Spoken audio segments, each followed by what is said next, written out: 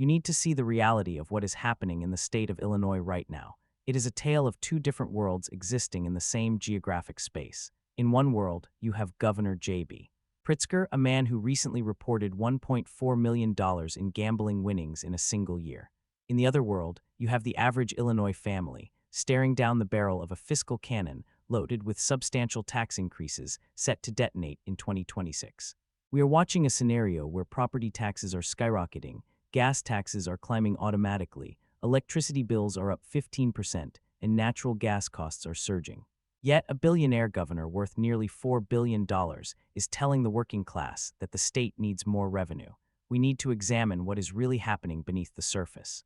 Welcome back to Tax Hack Pro. Make sure to subscribe my channel. Here, we dig into the numbers that the mainstream headlines often gloss over. We are dedicated to providing you with the comprehensive financial analysis you need to protect your wallet and understand the economic landscape. If you value accountability journalism and deep dive financial breakdowns, please hit that subscribe button and join our community. Your support allows us to keep investigating these critical issues. What I am about to break down for you deserves national attention, but it is hitting the residents of the Prairie State the hardest. Let's start with the most painful bill on the kitchen table: property taxes. If you live in Illinois, you already know the pain, but let's look at the data. Illinois property taxes are currently the second highest in the entire nation. The average family in this state is writing a check for $6,085 every single year just for the privilege of staying in their own home. To put that into perspective, that is more than double the national average, which sits at just over $2,600. But the scary part isn't where we are, it's where we are going. Looking ahead to 2026, residential property tax extensions are projected to hit over $24 billion statewide. That represents a $2 billion increase from what families were paying just a few years ago. Let's break down what that means for your bank account. If you are a median homeowner in Illinois, you are looking at paying over $2,100 more in property taxes over the next few years. To make matters worse, the property tax relief grant for the fiscal year 2026 was eliminated. That decision effectively increased the property tax burden by another $43 million across the state. We talk a lot about numbers here at Tax Hack Pro, but we have to remember the human cost of these policies. These aren't just statistics, they are eviction notices and foreclosures. Take the case of a 93-year-old widow in Dixon, Illinois. After a lifetime of contributing to her community, she was forced to sell her home.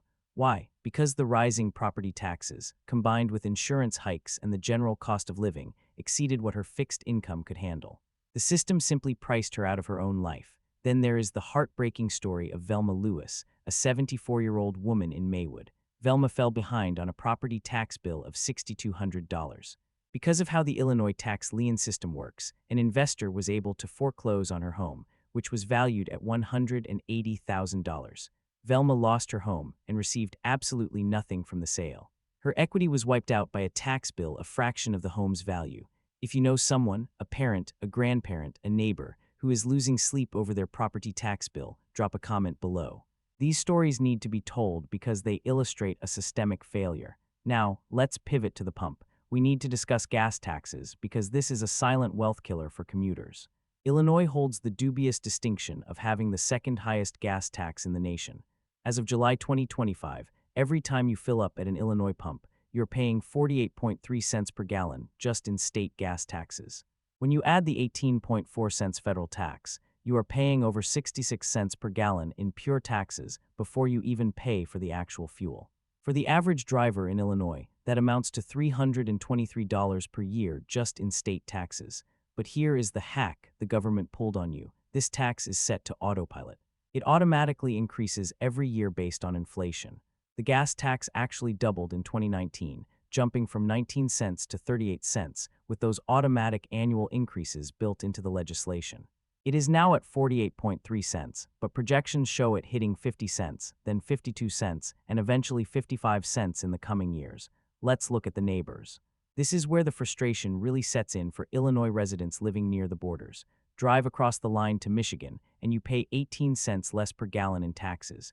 Go to Ohio, and it's 27 cents less. Cross into Missouri, and you save 39 cents per gallon in taxes.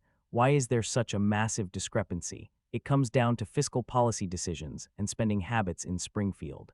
The financial pressure doesn't stop when you park the car and walk into your house. The electricity situation in Illinois presents a massive new challenge. In 2025 alone, electricity bills in the state increased by 15%. For the average family, that is an extra $200 per year vanishing from their budget.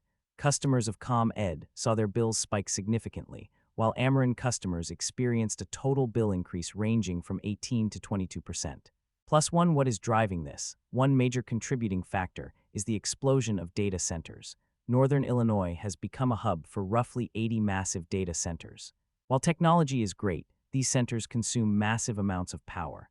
The Citizens Utility Board estimates that electric bills in the Chicago area could rise by as much as $70 over the next 3 years, partly due to the strain these data centers place on the grid. Essentially, your household electricity bill is increasing partly to power the commercial AI servers of tomorrow. Natural gas presents a similar, perhaps even more urgent, concern for those facing harsh winters. Natural gas prices in Illinois surged between 15% and 56% in December 2025 compared to the previous year. The U.S. Energy Information Administration projects that natural gas prices could potentially double between 2024 and 2026. Do the math on your own budget. If you're currently paying $100 a month to heat your home, you could be looking at $200 next winter. If you are an Illinois resident or you know someone who is, you need to share this video. These issues are compounding, and they deserve broader coverage than they are getting. Now, let's examine the context of who is making these decisions. We have to talk about the leadership. Governor J.B. Pritzker has a reported net worth of $3.9 billion. In 2024, he reported over $10.7 million in income. Included in that massive sum was $1.4 million in gambling winnings. To be fair, his family's trust paid over $30 million in federal taxes and $4.5 million in Illinois taxes. However, the question we must ask here at Tax Hack Pro is one of perspective. Can someone with that level of substantial personal wealth truly understand the kitchen table panic of a working family facing these increases? Can they understand the choice between paying a property tax bill or buying groceries? While the governor lives comfortably, elderly Illinois residents are making impossible choices. According to the Central Illinois Agency on Aging, the state systems simply aren't designed to support the number of older adults who need assistance. Seniors are deciding whether to heat their homes or pay for medicine. There is a program called the Low-Income Senior Freeze Homestead Exemption, which is supposed to help, but it is only available to seniors making $65,000 or less annually. There is a proposal to raise that cap to $80,000, but given the rate of inflation, that may not be sufficient. In Cook County alone, more than 10,000 seniors lose their property tax freeze every year. Why? Because they slightly exceeded income limits or they missed complicated reapplication deadlines. What happens to them? They face foreclosure. Since 2019, more than 1,000 homeowners in Cook County, including 125 senior citizens, lost their homes over property tax debts that were smaller than the price of a used car. Let's try to calculate what 2026 actually looks like for the average Illinois family based on the current trajectory. You have property taxes up by hundreds, potentially thousands of dollars.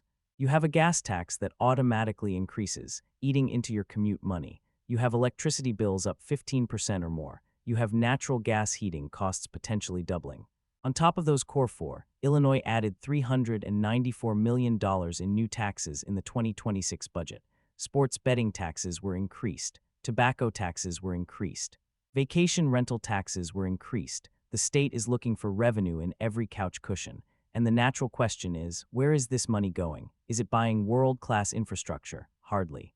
Illinois ranks 49th out of 50 states in road quality. Is it solving the education crisis? Is it fixing the pension hole? We have to look at the structure of the government itself. Illinois has nearly 7,000 local government units with the power to levy property taxes.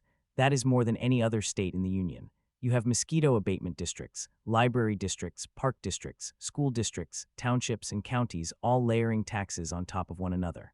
More government layers mean more bureaucracy, more administrative costs, and less efficiency for your dollar. In Chicago, 80% of property taxes go toward pension debt obligations. Think about that. 80 cents of every dollar isn't going to current services, it is paying for the past. A recent pension sweetener for Chicago police and firefighters is set to increase liabilities by another $11.1 billion.